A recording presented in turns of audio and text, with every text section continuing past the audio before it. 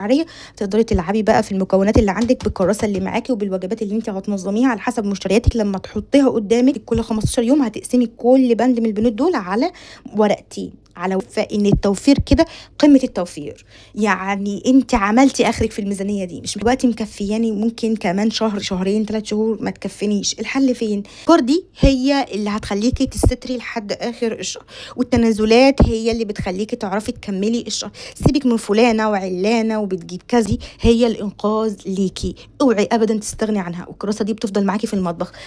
السلام عليكم ورحمه الله وبركاته. ازيكم حبايبي؟ عاملين ايه؟ يا رب تكونوا في احسن صحه واحسن حال وراحه بال، اللهم امين. وحشتوني جدا جدا من اخر فيديو نزلته، يديمكم نعمه في حياتي، اللهم امين، وما تحرمش ابدا من سؤالكم عليا. النهارده معانا فيديو حلو جدا، تنظيم وتقسيم ميزانيه 2500 جنيه لاسره 4 افراد.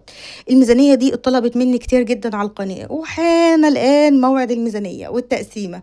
هنقسم مع بعض الميزانيه وهقولك ازاي تكفي بيتك في كل البنود: بند الخزين، بند المنظفات، بند اللحوم، بند التلاجة، وبند الخضار كمان. وهقولك ايه النظام اللي تمشي عليه بحيث ان الميزانية دي تعملي منها بند توفير، وبند التوفير يكون معاكي بند ثابت من غير ضغط ومن غير حيرة ومن غير كمان حرمان. هنكفي بيتنا 30 يوم، 30 يوم خير وتوفير بأمر الله. اسمع معايا الفيديو للنهاية وبأمر الله تطلعي من الفيديو ده مستفادة. صلى على الحبيب في التعليقات، اللهم صل وسلم وزد وبارك عليك يا حبيبي يا شفيعي يا رسول الله. لو أول مرة بتشوفيني، أنا أختك حنان، ما تنسيش الاشتراك واللايك وتفعيل زر الجرس. ولو من حبايبي اللي معايا في القناة من الأول، ما تنسوش يا بنات دعوة حلوة منكم بصلاح الحال، وما تنسوش كمان لايك من ايدكم الحلوة تشجيعا لأختكم للاستمرارية. ويلا بينا بسرعة نبدأ في تقسيم الميزانية. اول حاجه، اول ما خدت المرتب او اول ما خدت مصروف البيت، حاسه ان المصروف صغير والمصروف قليل. ايوه المصروف قليل والدنيا بتغلى، ولكن الحل ده كله ايه؟ في البدايه كده الصدقه. والصدقه يا اما بتكون بمبلغ، طبعا المبلغ صغير جدا مش هعرف اطلع منه صدقه، زي ما بقولك دايما تطلعي حاجه من اي بند من البنود بتاعتك، سواء كانت من بند الخزين، المنظفات، الخضار، اللحوم، اي حاجه تقدري تطلعيها طلعيها. هتقدري تطلعي وجبه فطار ان شاء الله، حتى سندوتش فول او سندوتش بطاطس لاي عامل ماشي في الشارع او لاي حد غلبان وانت عارفاه، تمام كده هتكون اطعام وهتكون صدقه في نفس الوقت. تمام. وفي افكار كتير جدا ممكن تطلعي بيها صدقه بحاجات بسيطه جدا بنيه الفرج. ده هيخلي فرج في وسع في الميزانيه، صدقيني ملوش وصف وملوش حل.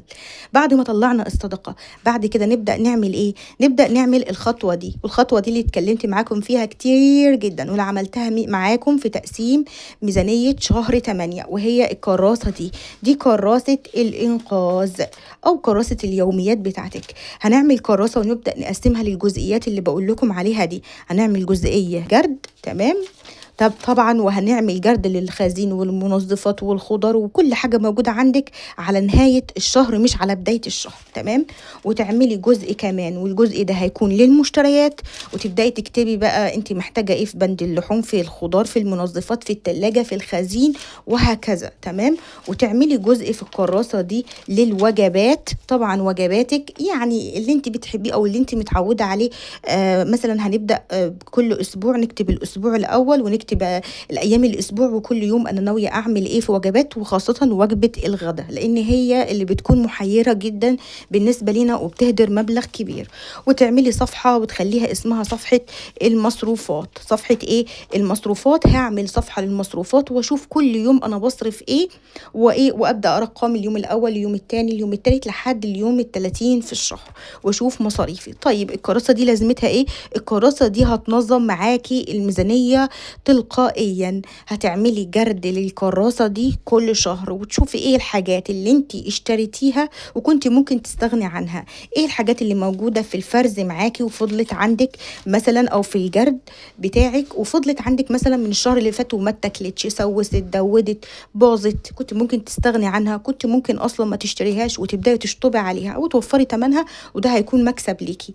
ايه الحاجات اللي نقصت عندك وخلصت قبل الشهر ما يخلص، فابدا اجي عليها وازود في الكميه بتاعتها واجي على حاجه العكس بتاعها. تمام. وابدا اشوف ايه الحاجات اللي موجوده عندي. طيب على اساس الحاجات اللي موجوده عندي هل هتكفي معايا يومين على بدايه الشهر وممكن ما اجيش ناحيه المصروف بتاعي وما اصرفش منه. تمام. طالما عندي حاجه تكفي معايا يوم تكفي معايا يومين يبقى انا ما انزلش واوفر اليومين دول والشهر يتحول معايا من 30 يوم ل 28 يوم. مش عندي اي حاجه خالص يا حنان. نفتح صفحه المشتريات ونبدا نكتب مشترياتنا. طبعا الصفحه دي مش للنزول، يعني مش هنقطعها احنا نازلين وننزل بيها. الصفحه دي هتفضل معاكي كل شهر، كل شهر نكرر نفس الصفحه. انما المشتريات هنطلعها في كراسه خارجيه ونكتب في ورقه خارجيه ونكتب مشترياتنا قبل ما ننزل. نلتزم بالورقه اللي احنا بننزل بيها والليسته اللي احنا بننزل بيها في المشتريات بتاعتنا. تمام. وهبدا اكتب مشترياتي، وعلى اساس مشترياتي بقسم الوجبات بتاعتي. بعرف انا هعمل كام وجبه لحوم، هعمل كام وجبه خضار على اساس الخضار والحاجات اللي انا جبتها. صفحه الوجبات دي بقى هتوفر عليا حيره كل اسبوع هناكل ايه او كل يوم هناكل ايه. هتنظمي بيها فيها وجباتك ما بين وجبات ارداحي وبين وجبات لحوم. ده بالنسبه لوجبه الغداء. وده طبعا هيوفر معاكي مصاريف كتير. بالنسبه لمصروفاتك هتتابعي مصروفاتك اليوميه، واول ما تتابعي مصروفاتك اليوميه هتعرفي بعد كده لما ترجعي للصفحه دي او ترجعي للكراسه دي استهلاكك بيكون زياده في ايه. هل الحاجه اللي انت صرفتيها في يوم الحد او يوم الاثنين او يوم الثلاث كانت لازمه، كانت ضروريه؟ هنكتب كل حاجه بالمسمى بتاعها. يعني مثلا انا اديت ولادي مصاريف يوميه 10 جنيه 20 جنيه بكتبها. انا جبت في اليوم ده 2 كيلو طماطم، 2 كيلو بطاطس، 2 كيلو بصل، نزلت يوم كذا وجبت كذا، في اليوم ده صرفت زياده، في اليوم ده صرفت اقل. فابدا احط ايدي على الجرح. اول ما تحطي ايدك على الجرح هتعرفي تنظمي الميزانيه بتاعتك وهتبداي تنظمي مشترياتك. الكراسه دي هي الانقاذ ليكي، اوعي ابدا تستغني عنها. والكراسه دي بتفضل معاكي في المطبخ. طيب الكراسه دي فاضيه يا حنان لان الكشكول ده انا كنت بكتب فيه، فالكشكول خلص. ولحد دلوقتي كنت عامله معاكم القصه دي على بدايه شهر 8، لحد دلوقتي ما اشتريتش المشتريات بتاعه شهر 8. النهارده 4، النهارده 5، مش عارفه الفيديو هينزل لكم بتاريخ ايه، ولكن النهارده الفيديو بتسجيل يوم 4. تمام. فلحد دلوقتي ما نزلتش ولا اشتريت اي مشتريات خالص الشهر ده، معتمده على الجرد بتاع الشهر اللي فات. لما هبدا انزل هبدا اعمل جرد، وهبدا كمان ان انا اعمل مشترياتي في الكراسه دي واكتبها، وابدا انقل المشتريات في ورقه خارجيه وهكذا. تمام. وده بينظم معايا الدنيا. تمام. طيب تعالوا بقى اقول لك على النقطه التانية، استهلاكي. انا دلوقتي لازم احط ايدي على استهلاكي الشهري، استهلاكي الاسبوعي، استهلاكي كل 10 ايام. بستهلك ايه رز، بستهلك ايه مكرونه، بستهلك ايه كده لتقسيم الميزانيه. الكلمتين دول كان لازم اقوله لكم كده في البدايه، لان الكلمتين دول هم يعني خلاصه الموضوع. يعني انت لو عملتي الكراسه دي صدقيني كده، يعني انت مش محتاجه لحد لا ينظم لك، ولا محتاجه لحد يقول لك اصرفي ايه في ايه، ولا ما تصرفيش ايه في ايه. تمام. طبعا الحاجه اللي انا هقولها في كل بند تقدري تزودي، تقدري تقللي على حسب استهلاكك انت وولادك، تقدري تستبدلي على حسب الحاجه اللي انت بتحبيها انت وولادك. انا بقول لك الفكره وخدي منها الخلاصه اللي تريحك واللي تناسبك. تمام. هنبدأ كده في البداية ببند التوفير. في بند توفير في الميزانية، في بند التوفير. بند التوفير هيكون كام؟ هيكون 150 جنيه. على اساس ايه؟ على اساس يا بنات ان انا بقول لكم دايما ان احنا بنطلع من كل 1000 50 جنيه. يعني لو انت بتاخدي 4000 هتطلعي 200 جنيه، بتاخدي 5000 هتطلعي 250 جنيه. كل 1000 50 جنيه ونعينها على جنب، دي 100 جنيه. لكن انا مش معايا 50، هنعتبر ديت 150 جنيه. ده ايه؟ ده بند توفير. طيب هنسيب بند التوفير كده، ولا احنا هنبدأ ان احنا نظبطه كمان في ورقة؟ زي هنجيب كراسة قديمة ونكتب هنا توفير، ونبدأ ان احنا نحط هنا الايه 150 جنيه.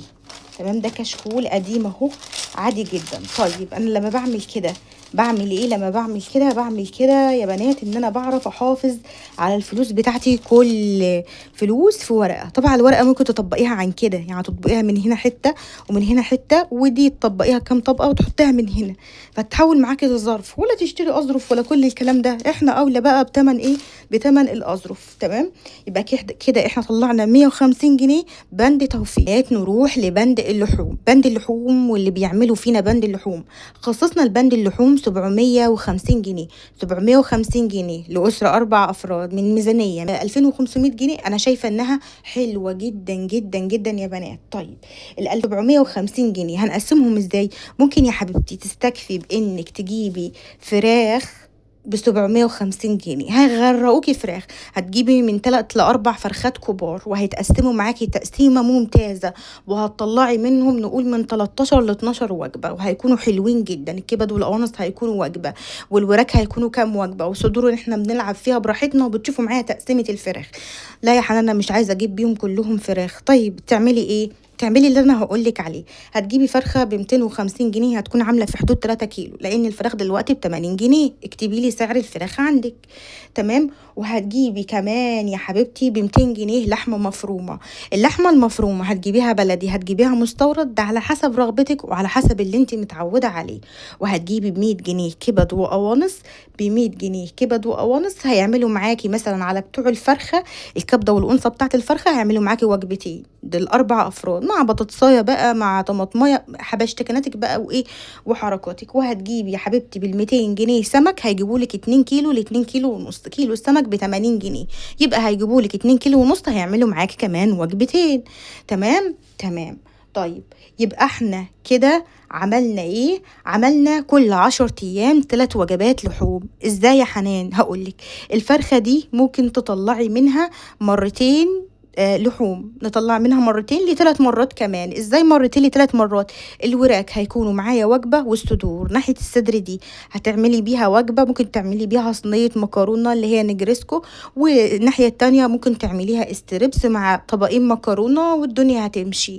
لا يا حنان احنا بناكل في البانيه والحاجات دي، يبقى هيعملوا معاكي وجبتين. الصدر هتخليه وجبة، تمام، والوراك هيطلعوا معاكي وجبة. والكبد والقوانص بتوع الفرخة ترحليهم للكبد والقوانص اللي هم اللي ب 100 جنيه كبد وقوانص. تمام. بالنسبة للمفروم ال 200 جنيه ممكن يعملوا معاكي 5 وجبات لو جبتي لحمة مستورد. تمام. هيجيبوا معاكي كيلو الا. تمام. انما لو مثلا بال 200 جنيه لحمه مفرومه اللي هي البلدي هيعملوا معاكي نص كيلو. نص كيلو ممكن يعمل معاكي 3 وجبات لحوم مفرومه. ممكن تعملي جزء كفته برز، وتعملي جزء مثلا مع مكرونه بالصلصه وتشوحيه معاها زي الطواجن كده لحمه مفرومه. وممكن تعملي جزء بخضار. تمام. فهيكونوا معاكي 3 وجبات حلوين جدا لوجبتين. لو هتعملي مثلا كفته اللي هي الصوابع، او هتعملي حواوشي، هتاخدي في كل مره ايه ربع كيلو، او هتاخدي في كل مره ربع كيلو لو هي لحمه بلدي. تمام. يبقى احنا كده طلعنا كام وجبة؟ طلعنا ادي وجبتين فراخ، وادي 3 وجبات مفروم، يبقى 5، ووجبتين كبد وقوانص يبقى 6 7، وهنطلع وجبتين سمك يبقى 8 9. يبقى احنا هناخد كل 3 ايام كل 10 ايام 3 وجبات لحوم، هنمشيها يومين ويوم، كل 10 ايام وجبتين 3 وجبات لحوم حلوين جدا. وجبة في أول 10 أيام، وجبة في النص، وجبة في آخر 10 أيام. يبقى كده احنا معانا كام؟ معانا 750 جنيه لحوم. معانا لحوم كام؟ 750 جنيه، ودول اللي هننزل بيهم لما احنا نكون نازلين عشان نشتري المشتريات الشهرية. هنطلع 700، ادي 700 جنيه. ايه 700 جنيه لحمة لحوم حلوين جدا. انا شايفة ان كل 10 ايام 3 وجبات، وهتقسميهم تقسيمة صح بانك تمشي وجبات قرداحي في ايام، وجبات لحوم في ايام، هتبقى يعني بالنسبة لك مناسبة وحلوة جدا جدا. طيب المنظفات، بند المنظفات هنطلع له كام؟ هنطلع له 200 جنيه. 200 جنيه منظفات يا حنان. بس اسمعي معايا الافكار دي هي اللي هتخليكي تستري لحد اخر الشهر، والتنازلات هي اللي بتخليكي تعرفي تكملي الشهر. سيبك من فلانة وعلانة وبتجيب كذا وبتعمل كذا وماشية بيتها بكذا، مالكيش دعوة بحد لو سمحتي. بيتك هو شركتك انتي، مش شركة حد تاني. بيتك هو مصنعك اللي بتطلعي منه وبتعرفي تنتجي منه. تمام.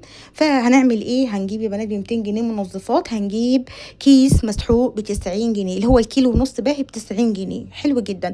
لو باهي غلي عن 90 جنيه شوفي نوع تاني، هاتي نوع تاني ب90 جنيه. ب15 جنيه هنجيب مسحوق سايب، ب15 جنيه اي نوع مسحوق سايب غسالات، ونخلط ده على ده، وبعمل معاكم الخلطه بتاعه المسحوق وهيكون متفل 10. هتحولوا معاكي كده من كيلو ونص ل2 كيلو، هيبقوا حلوين جدا جدا جدا. وهنجيب كمان يا بنات كلور ب5 جنيه، كيس الكلور ب5 جنيه. وهنجيب صابون للمواعين، هنجيب كيسين، هنقول الكيس مثلا ب15، كيس كل 15 يوم هيكفي 4 افراد، حلو جدا. وفي اكياس ب10، انا بجيب الكيس ب10 وبيبقى حلو جدا. فاحنا المعقوله تمشي، وان احنا نسال، وان احنا ندور، وان احنا نلف، ما اجيبش من اللي جنبي واقول الاسعار عندي غاليه او الحاجه الرخيصه ما بتكونش حلوه. لا، اسألي ودوري عندي 1 و2 و3 و4، وهتلاقي الحاجة اللي تناسبك. تمام، الكسل بلاش منه، ما نكسلش يا بنات. ونجيب صابون ب30 جنيه، يبقى احنا هنجيب صابون ب30 جنيه للمواعين، وهنجيب صابون الاستحمام ب50 جنيه. يعني ممكن اجيب صابونتين بس ب30 جنيه، لكن انا بقول لك 50 جنيه اهو للصابون. وشوفي نفسك هتجيبي 3 صابونات او 4 صابونات على حسب سعر الصابونة عندك، وتقدري تستبدليه بالشاور لو انت من عشاق الشاور. ونروح للحاجة اللي بعدها، وهي يا بنات سلك المواعين. هنجيب ب10 جنيه سلك مواعين. وكده احنا لمينا بند المنظفات. فين يا حنان المعطرات؟ فين يا حنان المنظفات؟ فين يا حنان مش عارفه ايه؟ ست شاطره انت، وعندك حاجات، وموجوده عندك حاجات في بند المنظفات من الشهر اللي فات. عندك حبه كلور، وفري ال5 جنيه وهاتي بيها معطر. صابونه من الشهر اللي فات، وفري في تمن الصابون 15 جنيه وهاتي بيها معطر. عندك سلك مواعين، وفري تمن سلك المواعين وهاتي بيها معطر. عندك حبة مسحوق سايبين كده، هاتي الشركات وشيلي ال15 جنيه بتوع المسحوق السايب، وانتي وشطارتك برضو. تمام، يبقى كده كفينا ووفينا بند المنظفات ب200 جنيه. انا شايفة ان ده منتهى الواقعية للميزانية دي. لو قلتلك حاجة زيادة عن كده يبقى الميزانية مش هتكفي للأسف. فهنحط 200 جنيه بند ايه؟ منظفات.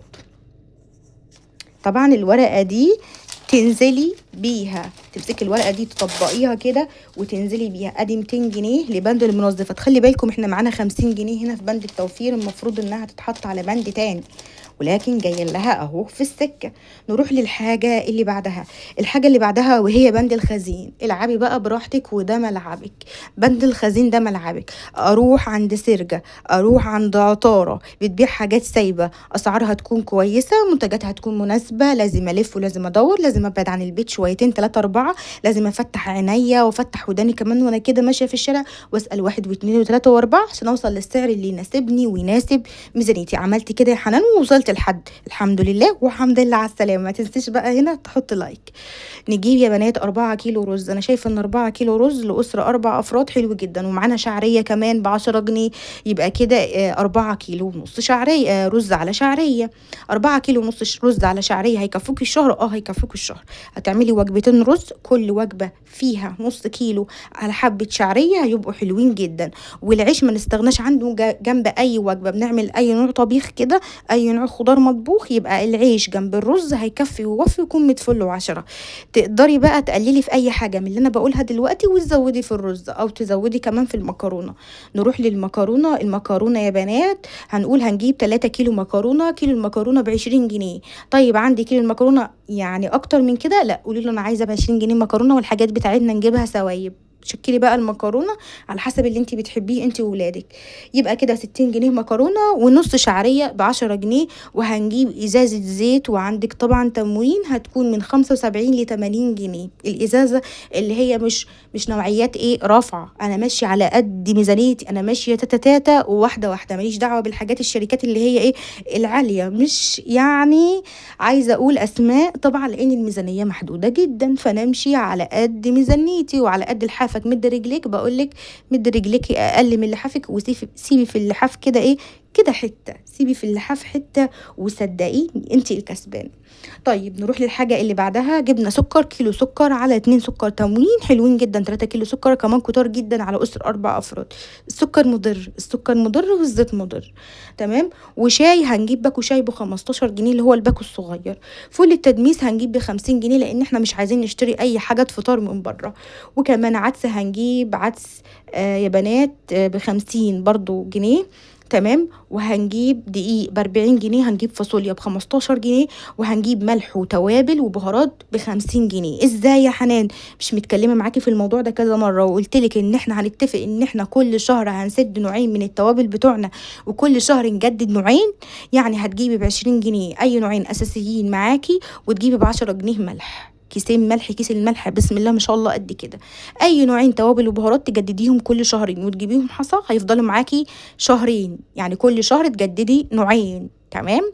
يبقى كام؟ ب40 جنيه توابل وبهارات، وب10 جنيه ملح، ب50 جنيه. يبقى كده بند الخزين صفى معانا 500 جنيه.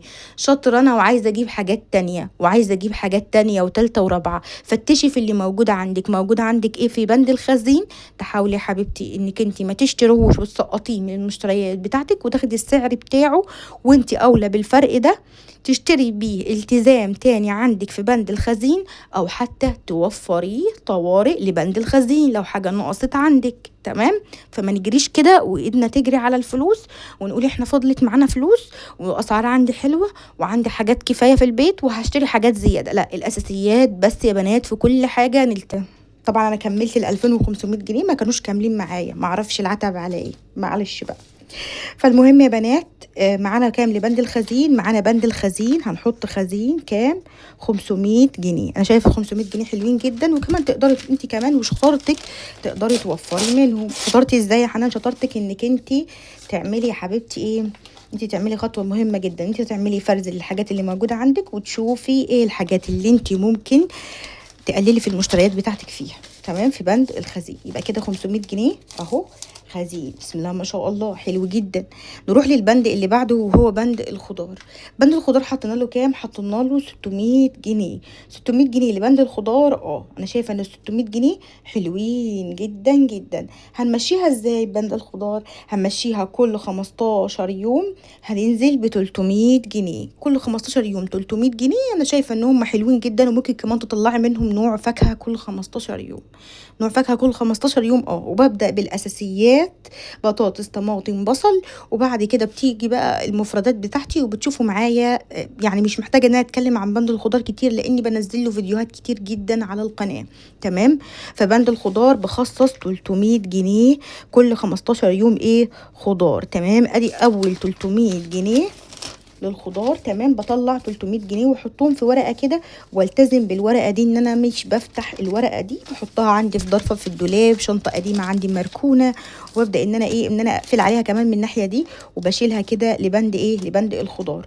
واحط كمان ورقه تانية لبند الخضار، وعينها كل 15 يوم. عايزه اجيب الخضار بتاعي كل اسبوع يا حنان، يبقى اقسم المبلغ ده على 4 اسابيع.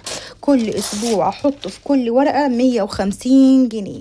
احط في كل ورقه كام؟ 150 جنيه. وادي كام؟ 300 جنيه كمان اهمت لبند لبند الخضار. تمام. يبقى احنا كده كفينا بيتنا في بند الخضار. فضل معايا بند فضل معايا بند التلاجة، واللي فاضلين معايا هم يا ستي الكل 300 جنيه. بند التوفير هنا فيه 50 جنيه.